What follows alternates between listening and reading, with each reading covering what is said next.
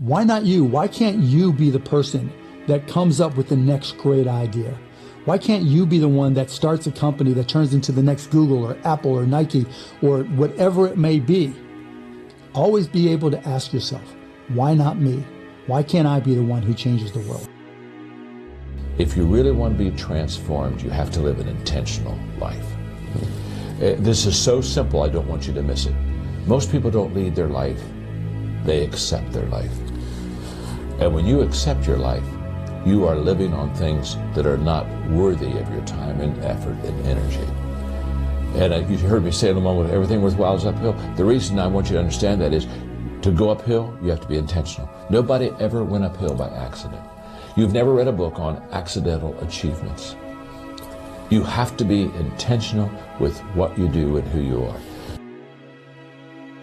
Victims see their past as their fate. Champions see their past as their origin story. And so a lot of people are living through their origin story right now, or they're living through the very reason that they'll never be successful, but it could be the exact same situation. And the only difference between either character is the actions they choose to take. As a competitor, if you're trying to do something meaningful, if you don't have the mindset that you're the best ever, you failed already. You have to have, and I don't like this word, but I'm going to say it because it's true. You have to be a little maniacal with the shit. Maniac, right? That word isn't good in a lot of situations, but when you're pursuing your destiny, when you identify with your destiny, you have to be selfish. You have to be maniacal. You have to be uncompromising. And you have to move in a way when it comes to those three things, when you function completely in a way where it's an unwavering faith. Like, it don't matter how fucked up that shit might look. It don't matter how much it feel like it ain't gonna work. I do believe that if you truly, truly believe something about yourself, other people can detect it, and it kinda is a self-fulfilling prophecy. Like when I was saying earlier about the, hey, are you mad? Are you mad? Are you mad? The self-fulfilling prophecy. If I truly, truly, imagine if I truly, truly, truly believe I could rip your head off with one finger. And I believed it, and you could tell I believed it with every fiber of my being. Would you want me to try? Or would you be like, I don't know.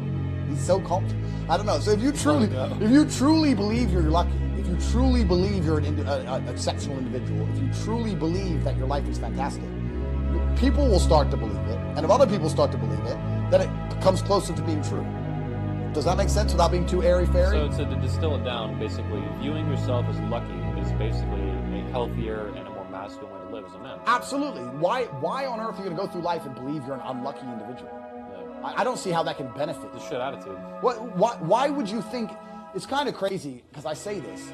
The number one thing people don't have control of in their lives is their mind.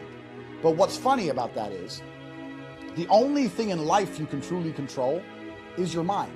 You can't control other people. You can't control the weather. You can't even control your health. Your heart might stop beating. You don't make it beat. It just goes. So it's going to turn off one day. The only thing you can control in your life is what you think in your mind. So if you're going to sit there and go, oh, I'm sad, well, you can change that if you actually try, but you don't. You just accept it, right? So people have lost control of their own minds. And I don't understand why you would allow your own mind, to take power from you. Why would you believe let your own mind convince you you're not a lucky person, or I'm not this, or I'm not confident? Why would you let your own mind sabotage you? Why wouldn't you reprogram your own mind to be on your team? It should be your ally, right? My mind is my ally. You can dump me in a bikini in the fucking Arctic Circle to die. 2 days later, I'm coming to your house, knocking on the door with 3 girlfriends in a Cadillac. I'm not gonna sit there and go, shit, I'm gonna die. I'm gonna be like, okay, Andrew, you're the man. I don't know what the fuck we're gonna do, but you're gonna pull this off. I really believe in that irrational self-confidence to some degree. I had to run on my own energy. You know, I had to convince myself that I'm gonna make it.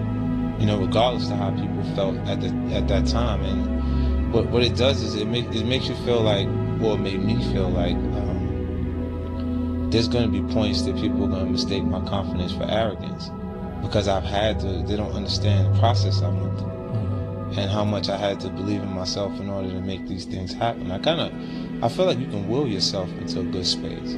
Things that are meant to happen will. And if you believe in yourself enough, you can help yourself learn.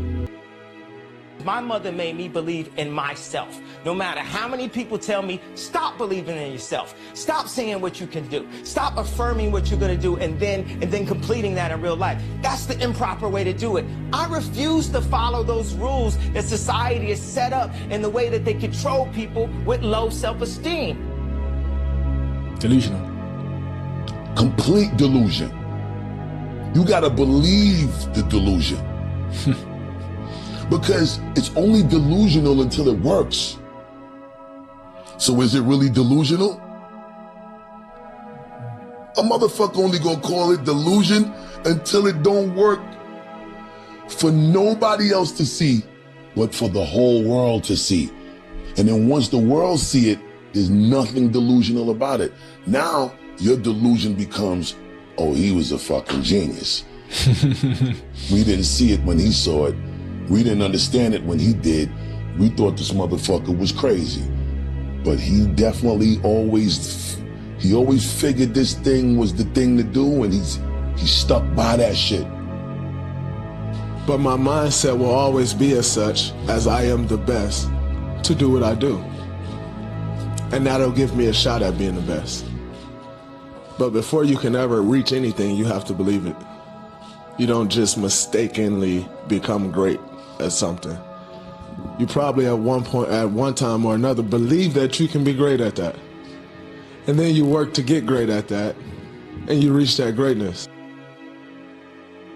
And most people overestimate what they can do in a year, and they underestimate what they can do in 2 or 3 decades. And you haven't been around long enough to have those extra 2 or 3 decades. So don't fuck it up. There's time.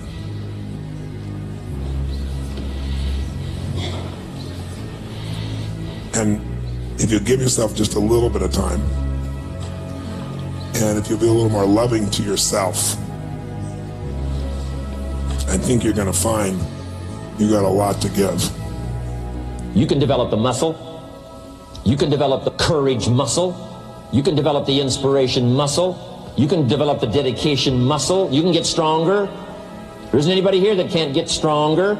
Next time we see you, may not even recognize you, how strong you're going to be able to become in language, in style, in personality, the ability to cope, the ability to handle with anything that happens, no matter what happens.